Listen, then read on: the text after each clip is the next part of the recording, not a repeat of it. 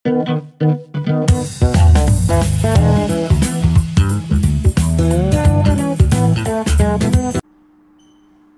আলাইকুম প্রিয় শিক্ষার্থী ভাই বোন। বিসিএস এর ক্ষেত্রে আমাদের কিছু কমন প্রচলিত ভুল ধারণা আছে বলে আমার মনে হয়, সেগুলো নিয়ে আজকে কথা বলার চেষ্টা করব। প্রথম যে পয়েন্টের কথা সেটা হচ্ছে যে আমার দ্বারা বিসিএস সম্ভব নয়।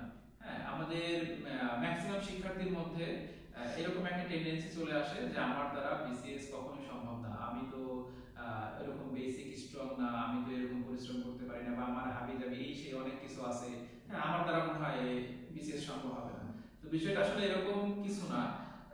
আসলে বিসিএস না যে কোনো চাকরির জন্য যদি বলি না কেন, সবকিছুর মূলে আসলে যেটা প্রয়োজন সেটা হচ্ছে আপনার ধৈর্য, আপনার পরিশ্রম করা মানসিকতা, আপনার সেই অনুযায়ী পরিশ্রম করা, কৌশলী হওয়া, হ্যাঁ এই বিষয়গুলো আপনার অবশ্যই প্রয়োজন। তো এই বিষয়গুলো যদি আপনি ধরে রাখতে পারেন, তো আমার কাছে মনে হয় যে কোনো একজন প্রার্থীর পক্ষে যে কোনো কিছু করা সম্ভব।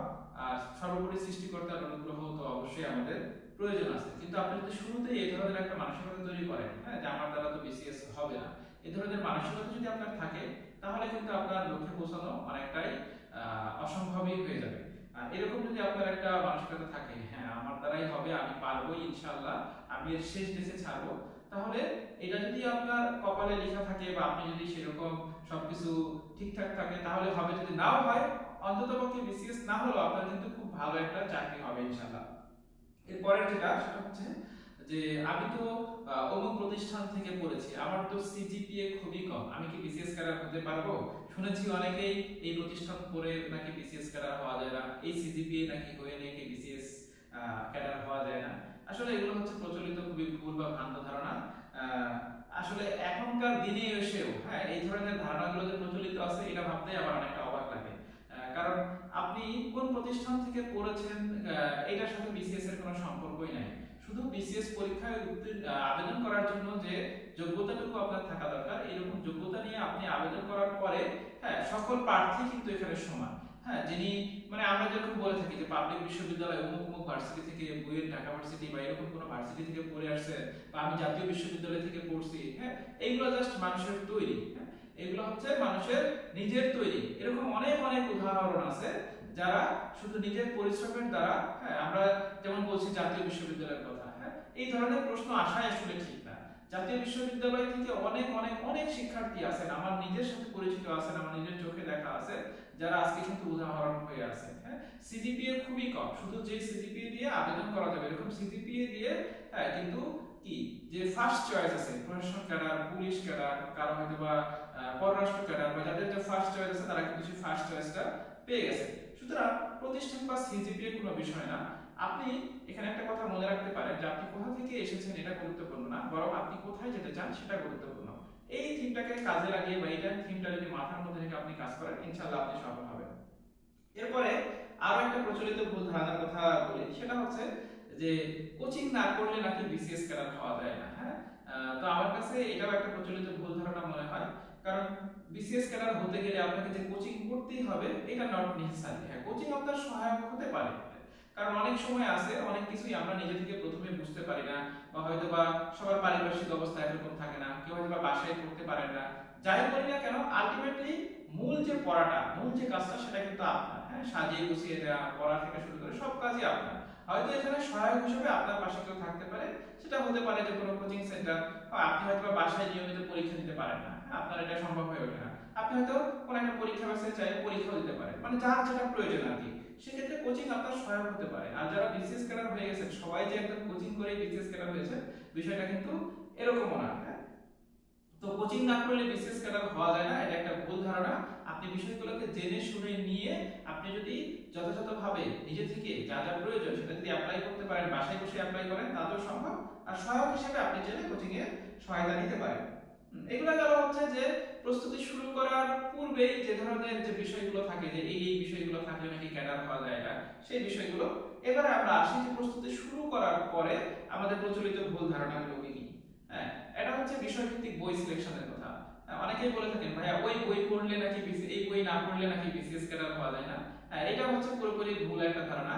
কারণ আপনি বিসিএস ক্যাডার হয়ে গেছেন, এরকম 5 জন বা 10 জন বড় ভাইয়া বা আপুকে জিজ্ঞাসা করেন যে ভাই আপনি কোন বই পড়েছিলেন, ধরে নিচ্ছি যে কোনো একটা সাবজেক্টের জন্যই, বাংলা সাহিত্যের জন্যই যদি আপনি জিজ্ঞাসা করেন, আমার মনে হয় এক্ষেত্রে এক একজন বিসিএস ক্যাডার ভাইয়া বা আপুর পরামর্শ হবে এক এক রকম, বা সিলেকশন হবে এক এক রকম। কেউ হয়তো বা বলবেন আমি এমপি3 পড়েছি, কেউ বলবেন ওরাকল পড়েছি, কেউ বলবেন অগ্রদূত পড়েছি, হ্যাঁ, কেউ বলবেন হচ্ছে সৌমিত্র শেখর স্যারের বই পড়েছি। হ্যাঁ, তো দেখেন ৫ জন ৭ জন, এই ১০ জনকে জিজ্ঞাসা করেন, এর মধ্যে আপনি ৬-৭টা বইয়ের রেফারেন্স হয়তো পেয়ে যাবেন। এখন এই যে ৬-৭টা বইয়ের রেফারেন্স পেলেন, এখন আপনি যদি কেউ একজন আপনাকে বলে যে না এই বইটা, হ্যাঁ, এমপি3 বই না পড়লে আপনি ক্যাডার হতে পারবেন না, তাহলে বাকি যারা অন্য বই পড়ে ক্যাডার হয়েছেন তারা তারা কি আসলে ওই এমপি3 পড়ে না বলে ক্যাডার পান না? বিষয়টা কিন্তু আসলে এরকম না। হ্যাঁ, আসলে বই সিলেকশন, একটা ভালো বই সিলেকশন থাকলে খুবই ভালো হয়। তবে বই সিলেকশনের ক্ষেত্রেও বই সিলেকশনের থেকে উপরে যে বিষয়টাকে আমি রাখি সবসময়, সেটা হচ্ছে যে একটা বইয়ের মধ্যে থেকে এক্স্যাক্টলি কি কি পড়বেন, কি কি বাদ দিবেন, কিভাবে গুছিয়ে নিয়ে পড়বেন, কোন বিষয়গুলো পড়লে পরীক্ষায় কমন আসতে পারে, এই বিষয়টা জানা হচ্ছে বেশি গুরুত্বপূর্ণ। এই বিষয়গুলো যদি আপনি জানেন, তখন দেখবেন বাজারের যে বইগুলো আছে এগুলো কম বেশি প্রায় একই রকম, যদিও বা এক এক বইয়ের সাজানোর ধরন এক এক রকম। হয়তোবা কোনোটা বইয়ে রিডিং আকারে দেয়া আছে, আপনার রিডিং আকারে পড়তে ভালো লাগে, আপনি সেই বইটা সিলেক্ট করেন। কোনো বইয়ে হয়তোবা দেখবেন এমসিকিউ আকারে দেয়া আছে বা বুলেট পয়েন্ট আকারে দেয়া আছে, হ্যাঁ, তো আপনার যদি এভাবে পড়তে ভালো লাগে আপনি সেটা করেন। কোনো বই হয়তোবা ছক তালিকা আকারে বেশি দেয়া আছে, আপনার যদি এভাবে পড়তে ভালো লাগে সেটা আপনি চুজ করেন।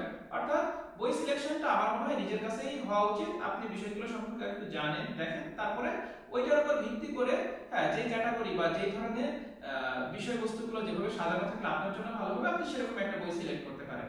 তো এক্সাক্ট এই বইটা না পড়লে আমার বিসিএস হবে না, হ্যাঁ, এটা হচ্ছে একটা ভুল ধারণা। এরপরে আসে হচ্ছে যে ভাই আমি তো অমুক একটা বিষয়ে খুবই দুর্বল, আমি তো ইংলিশ কিছুই পারি না, ইংলিশ গ্রামারের আমি কিছুই পারি না, তো আমি কিভাবে বিসিএস ক্যাডার হবো? আমি তো ম্যাথ কিছুই পারি না, আমি কিভাবে বিসিএস ক্যাডার হবো? আমি তো বিজ্ঞানের ছাত্র নই, আমি তো বিজ্ঞান পারি না, আমি কিভাবে বিসিএস ক্যাডার হবো? তো আমার কাছে মনে হয়েছে যে এটাও একটা প্রচলিত ভুল ধারণা। হ্যাঁ, যে অনেকেই বলেন যারা বিজ্ঞান বিভাগের ছাত্র তারাই শুধু বেশি বেশি বিসিএস ক্যাডার হয়, তাহলে যারা মানবিক বিভাগের ছাত্র তারা বিসিএস ক্যাডার হন কিভাবে? এটা আসলে এরকম কিছুই না। আসলে মূলত বিষয়টা হচ্ছে যে পরিশ্রম। হ্যাঁ, আমি এরকম অনেককে দেখেছি যারা শুধুমাত্র ইংলিশ সাবজেক্ট, হ্যাঁ, আমি বোঝানোর জন্য একটা সাবজেক্ট দিয়ে বলছি, যে ইংলিশ সাবজেক্টটা খুব একটা ভালো পারতেন না। হ্যাঁ, যে প্রত্যেকটা চাকরির পরীক্ষায় প্রিলিমিনারিতে কি করে জানি শুধু ইংলিশের জন্যই কোয়ালিফাই করতে পারেন না, অন্যান্য সাবজেক্টে তিনি প্রিলিতে অন্য যে কোনো প্রার্থীর থেকে অনেক বেশি মার্কস পাচ্ছেন, কিন্তু ইংলিশটাতে এমসিকিউ এত বেশি কম হচ্ছে যে তিনি ইংলিশের জন্য প্রিলিমিনারি পরীক্ষায় কোয়ালিফাই করছেন না। তো এরকম প্রার্থীকে আমি দেখেছি যে বড় ভাইয়াই, যে তিনি পরবর্তীতে ইংলিশটার উপরে এমন জোর দিলেন, হ্যাঁ, একটা নির্দিষ্ট সময় একেবারে শুরু থেকে একেবারে বেসিকটা তৈরি করে নিয়ে ইংলিশের পিছনে এতটা পরিমাণে সময় দিলেন, যিনি হচ্ছে এখন মানুষকে ইংলিশ পড়ান, ইংলিশকে মানুষকে এখন সাজেস্ট করেন, বরং উনি এখন ইংলিশের একজন কি বলা যেতে পারে যে বাংলাদেশের একজন ফেভারিট টিচার, বা উনি যে কোনো স্কিল রাখেন ইংলিশের যে কোনো কিছু সমাধান করার মতন। তাহলে দেখেন উনিও কিন্তু জিরো লেভেলে ছিলেন, এই লেভেলে আসছেন কি কারণে? শুধু ওনার যে ডেডিকেশন, হ্যাঁ, ওনার যে পরিশ্রম, এটা দিয়ে। তো আমরা যদি নির্দিষ্ট কোনো সাবজেক্টে দুর্বলতা থাকতেই পারে, হ্যাঁ, সেটা আমি বিজ্ঞানের ছাত্র হই, মানবিকের ছাত্র হই, সবার ক্ষেত্রেই হোক না কেন, নির্দিষ্ট কোনো বিষয়ে আপনার দুর্বলতা থাকতেই পারে, আপনার বেসিকও দুর্বল হতেই পারে, কিন্তু এগুলো কাটিয়ে ওঠা আসলে খুব বেশি কষ্টের কিছু না। হ্যাঁ, আপনাকে চাকরির প্রস্তুতি নিতে গেলে ধৈর্য ধারণ করতেই হবে, আপনাকে পরিশ্রম করতেই হবে। তো যেটাতে আপনি দুর্বল সেটাতে একটু বেশি সময় দেন, একটু কৌশলী হওয়ার চেষ্টা করেন, হ্যাঁ, তাহলেই দেখবেন একটা নির্দিষ্ট সময় পরে আপনার সমস্ত দুর্বলতাগুলো কাটিয়ে উঠবে। এরপরে আসি হচ্ছে যে ভাই নোট না করে পড়লে নাকি বিসিএস ক্যাডার হওয়া যায় না। হ্যাঁ, তো এটাও আসলে এক্সাক্ট এরকম না।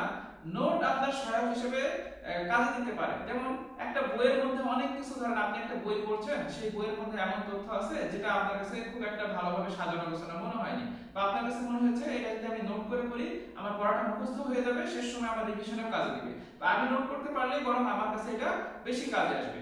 হ্যাঁ, আপনি চাইলে সেটা নোট করতে পারেন। আপনার হাতে পর্যাপ্ত সময় আছে, আপনি একেবারে শুরু থেকে সব নোট করে করে পড়তে চাচ্ছেন, আপনি করতে পারেন, কিন্তু আপনার হাতে ধরে নিচ্ছে ওইরকম সময় নাই। হ্যাঁ, বইয়ের মধ্যে পড়াগুলো তো অলরেডি সাজানোই আছে, কিন্তু আপনি দেখলেন আপনার হাতে 3 মাস বা 2 মাস সময় আছে, এরকম সময় থেকে আপনি প্রিলিমিনারি পড়া শুরু করেছেন, তো ওই সময় তো সব চাইলেও আপনি নোট করতে পারবেন না। তো এটা সময় একটা ফ্যাক্ট, আর একটা হচ্ছে নোট করে যে সব পড়তে হবে এরকম না। আপনি বিশেষ করে ভাইয়া বাবু যারা হয়েছেন তারা যে প্রত্যেকটা সাবজেক্টে সবকিছু নোট করে পড়েছেন এরকম না, তাদের নিজের প্রয়োজনের খাতিরে যিনি যে অংশের জন্য নোট করা প্রয়োজন ছিল বলে মনে করেন, হয়তো কোনো একটা দুর্বলতার অংশ, কোনো একটা খুবই ইম্পর্টেন্ট অংশ, শেষ সময় কোনো কিছু একটা রিভিশন করতে হবে, এরকম কিছু একটা অংশ হয়তো তিনি নোট করেছেন। হ্যাঁ, নোট করার ক্ষেত্রে আপনি চাইলে এই ক্ষেত্রে কথা বলতে পারেন বড় ভাইয়া বা আপুর কাছে, যে ভাইয়া বা আপু কিভাবে নোট করব, কোন বিষয়গুলো করব, এটা করতে পারেন। কিন্তু ঢালাওভাবে সবই যে নোট করে পড়তে হবে এরকম না। অনেকে আছেন যারা কোনো কিছু কোনোদিন নোট করেন না, কিন্তু বিসিএস ক্যাডার হয়েছে। হ্যাঁ, তার মানে নোট না করে পড়লে যে আপনি বিসিএস ক্যাডার পাবেন না, হ্যাঁ, এরকমও মানে ধারণা থাকা ঠিক না। এরপরে আসে হচ্ছে যে অনেক সাবজেক্ট আছে বিসিএস এর ক্ষেত্রে, এই সাবজেক্টগুলো না পড়লেও চলে, এগুলো না পড়েও অনেকে ক্যাডার হয়েছে। হ্যাঁ, তো যেমন আমরা যদি বলি নৈতিকতা, মূল্যবোধ এবং সুশাসন, যেখান থেকে বিসিএস প্রিলিমিনারি পরীক্ষায় 10 মার্কসের প্রশ্ন আসে, তো এখানে অনেকেই বলেন যে এখানে অ্যানসার করার দরকার নেই, কারণ কি এখানকার প্রশ্নগুলো কমন আসে না, এখানে অ্যানসার করলে নেগেটিভ মার্কিং হওয়ার সম্ভাবনা থাকে, বরং এটা অ্যানসার করলে আমাদের জন্য ক্ষতি। না, আমার কাছে মনে হয়েছে এটা একটা ভুল ধারণা। কারণ কি নৈতিকতা, মূল্যবোধ এবং সুশাসন অংশের প্রশ্ন কমন আসে না, হ্যাঁ, এইটা আসলে আমরা মানে অনেকেই বলে থাকেন, কিন্তু কোন ভিত্তিতে বলেন আমার মানে আমার আসলে জানা নেই। আমার কাছে মনে হয় যে এটা হয়তো বা ওনারা উৎসটা খুঁজে বের করেন নাই বিধায় এই কথাটা বলেছেন। যদি উৎসটা খুঁজে বের করতেন তাহলে দেখতেন যে নৈতিকতা, মূল্যবোধ এবং সুশাসন থেকেও সরাসরি বই থেকে প্রশ্ন কমন আসে। হ্যাঁ, তো যেখানে সরাসরি বই থেকে প্রশ্ন কমন আসে সেটা কেন আপনি মানে পড়ে যাবেন না? জাস্ট আপনি উৎসটা খুঁজে বের করেন, প্রশ্নটা অ্যানালাইসিস করেন, কোন জায়গা থেকে প্রশ্নগুলো আসে সেটা একটু দেখার চেষ্টা করেন, তাহলে দেখবেন যে আপনি প্রশ্নগুলো উৎস সম্পর্কে জানতে পারলে ওই টপিকগুলো পড়ে গেলে আপনি সেখান থেকে প্রশ্ন কমন পেয়ে যাচ্ছেন। আর আপনি যদি 10টা প্রশ্নের মধ্যে 5টা 6টা প্রশ্ন কমন পেয়ে যান, আর যে প্রার্থী হয়তো পড়ে গেল না, সে হয়তো একটা দুইটা প্রশ্ন জাস্ট পারলো, তাহলে অন্য প্রার্থীর থেকে কিন্তু আপনি 3 থেকে 4 মার্কস এগিয়ে থাকলেন। এই 3 থেকে 4 মার্কস কিন্তু আপনাকে লাখ লাখ প্রার্থীর থেকে এগিয়ে রাখবে। হ্যাঁ, আপনি হয়তো সেটা দিয়ে প্রিলিমিনারি পরীক্ষায় টিকতে পারেন। আরেকটা ছোট্ট উদাহরণ দিই, মানসিক দক্ষতা। অনেকেই বলে মানসিক দক্ষতা এরকম পড়ার কিছু নাই, যদি মানসিকভাবে কেউ বিকারগ্রস্ত না হন তাহলে মানসিক দক্ষতায় অনায়াসে 10 মার্কস পাওয়া যায়। তো এই ক্ষেত্রে তারপরে ছোট্ট একটা সাজেশন দিয়েই থাকেন সবাই যে বিসিএস প্রিলি এবং লিখিত প্রশ্নগুলো সমাধান করলেই 10+ মার্কস পাওয়া যায়। অনেকে এটাও সমাধান করেন না, আরে আমি তো মানসিক দক্ষতা এমনিতেই পারি। তো ছোট্ট ছোট্ট কিছু পার্থক্য করে দিতে পারে। কিরকম পার্থক্য? যে যিনি মানসিক দক্ষতা পড়ে গেলেন আর যিনি মানসিক দক্ষতা পড়ে গেলেন না, উভয়ের মধ্যে অবশ্যই অনেক বড় একটা বা ছোট বড় যাই বলেন না কেন একটা কিন্তু পার্থক্য আছে। যেমন মানসিক দক্ষতা যিনি পড়ে যাবেন, হ্যাঁ, উনি এমন কিছু কিছু প্রশ্ন আছে, সেটা হতে পারে অ্যানালজি টাইপের বা বিগত প্রিলি লিখিতের মধ্যে আসে এমন কিছু প্রশ্ন আছে যেটা আপনি পড়ে না গেলে কিন্তু অ্যানসার করতে পারবেন না। তো এরকম একটা প্রশ্ন ধরেন সামনে বিসিএসসি চলে আসলো, কিন্তু আপনি এটা পড়ে যান না, কিন্তু যিনি পড়ে আসছেন তিনি কিন্তু এরকম একটা প্রশ্ন পাবেন। হ্যাঁ, তো এরকম একটা দুইটা প্রশ্ন কিন্তু অবশ্যই তিনি বেশি পাবেন। আর একটা গুরুত্বপূর্ণ বিষয় হচ্ছে টাইম ম্যানেজমেন্ট। হ্যাঁ, তো আপনি যখন বাসা থেকে পড়ে গিয়ে ওই বিষয়গুলো জেনে অ্যানসার করবেন, তখন কিন্তু প্রশ্নটা দেখার সাথে সাথে আপনি সমাধান করতে পারবেন, আপনার সময় লাগবে না, এবং দেখার সাথে সাথে আপনার একটা কনফিডেন্স কাজ করবে, এটা তো আমি পড়ে এসেছি। কিন্তু আপনি যখন পড়ে যাবেন না, কিন্তু আপনি অ্যানসার করতে যাবেন, তখন কিন্তু আপনার মাথার মধ্যে একটু হলেও এরকম কাজ করবে, এটা মনে হয় পারবো, কিন্তু ওই যে পড়তে যাবেন আপনার সময়টা বেশি লাগবে, হ্যাঁ, বা কনফিডেন্সটা এরকম থাকবে না। দেখা যাচ্ছে কেউ হয়তো বা ধরে নিলাম যে দুইজনই 10টা করে প্রশ্নের অ্যানসার করতে পারছেন, যিনি পড়ে গেছেন তিনিও 10টা, যিনি পড়ে যান নাই তিনিও 10টা প্রশ্নের অ্যানসার করছেন। তো যিনি পড়ে গেছেন তার 10টা প্রশ্নের অ্যানসার করতে যদি 10 মিনিট সময় লাগে, যিনি পড়ে যান নাই তার কিন্তু 10টা প্রশ্নের অ্যানসার করতে সময় লাগতে পারে 15 মিনিট। এই যে 5টা মিনিট, এই 5টা মিনিট কিন্তু যিনি পড়ে গেছেন তিনি সময় বেশি পেলেন। এই 5টা মিনিটে কিন্তু তিনি আরো 5টা ম্যাথ সমাধান করতে পারবেন। আর একদিকে যিনি পড়ে যান নাই তিনি কিন্তু 5টা ম্যাথে সময় কম পাবেন। হ্যাঁ, তো এই 5টা মিনিটের জন্য কিন্তু তিনি কিন্তু লাখ লাখ প্রার্থী থেকে এগিয়ে থাকতে পারেন। এই জন্য আমার কাছে মনে হয়েছে কোনো একটা বিষয় বা কোনো একটা বিষয়ের অন্তর্গত সিলেবাসের যতগুলো টপিক আছে একেবারে স্কিপ না করে যে বিষয়গুলো না পড়ে গেলেই না সেটা অন্তত আমাদের পড়ে যাওয়া উচিত। তারপরে লাস্ট আরেকটা তথ্যের কথা বলবো, আরো অনেক অনেক অনেক কিছু আছে, আমি পরবর্তী ভিডিওগুলোতে বলার চেষ্টা করব। আজকে কয়েকটা প্রচলিত ভুল ধারণা নিয়ে কথা বলছি। যেমন সাম্প্রতিক তথ্য না পড়লে নাকি বিসিএস ক্যাডার হওয়া যায় না। তো সাম্প্রতিক তথ্যের বিষয়গুলো যদি আপনি ক্লিয়ার হতে চান, যদিও এখানে দুইটা ভাগ আছে, একটা প্রিলি একটা লিখিত। লিখিতের জন্য আমরা আপডেটেড থাকতে পারি, তারপরেও বিগত বা সমসাময়িক বিশ্বে কি ঘটনাগুলো চলমান এবং পরীক্ষায় কি ধরনের প্রশ্নগুলো এসে থাকে সেটা অবশ্যই মাথায় বিবেচনা করে। আর যদি প্রিলির কথা বলি, তো প্রিলিমিনারির জন্য সাম্প্রতিক তথ্যাবলী থেকে এত বেশি প্রশ্ন আসে না, এইটারও সিলেক্টিভ কিছু অংশ যাচাই বাছাই করে পড়া যেতে পারে। আপনি বিগত বছরের প্রশ্নগুলো দেখেন, কোন ধরনের প্রশ্নগুলো হয়, কোন অধ্যায় থেকে কি টাইপের প্রশ্ন হয়, সমসাময়িক বিশ্বে কোন প্রেক্ষাপটগুলো তুলনামূলক বেশি গুরুত্বপূর্ণ বা কোনগুলো থেকে প্রশ্ন আসতে পারে, এরকম সিলেক্টিভ কিছু অংশ পড়ে গেলে আপনি যে কয়েকটা প্রশ্ন হয় তার মধ্যে প্রশ্ন কমন পেয়ে যেতে পারেন। ঢালাওভাবে যে আপনাকে এই টু জেড একটা সাম্প্রতিকের বাজারের সবকিছু পড়তে হবে, বিষয়টা কিন্তু এরকম না। তো আমি আজকে জাস্ট প্রচলিত কিছু ভুল ধারণা, হ্যাঁ, যেগুলো আমাদের মধ্যে বিরাজ করে বা যেগুলো অনেক সময় আমাদেরকে নেগেটিভিটির মধ্যে দাঁড় করিয়ে ফেলে, সেই বিষয়গুলো নিয়ে কথা বলার চেষ্টা করলাম। আশা করছি এই বিষয়গুলো আপনাদের কিছুটা হলেও উপকারে আসবে। আর নেক্সট কোনো ভিডিওতে এর পরবর্তীতে প্রচলিত ভুল ধারণা কি কি বা প্রিলি লিখিত ভাইবার ক্ষেত্রে আমাদের অনেক সময় অনেক ধরনের সিলি কিছু প্রশ্ন থাকে, বিষয় থাকে, যেগুলো হয়তো বা সবার কাছে শেয়ার করা যায় না বা বলা হয় না। আমি বিষয়গুলো নিয়ে পরবর্তী ভিডিওগুলোতে কথা বলার চেষ্টা করব। তো সে পর্যন্ত সবাই ভালো থাকবেন, সুস্থ থাকবেন। আসসালামু আলাইকুম।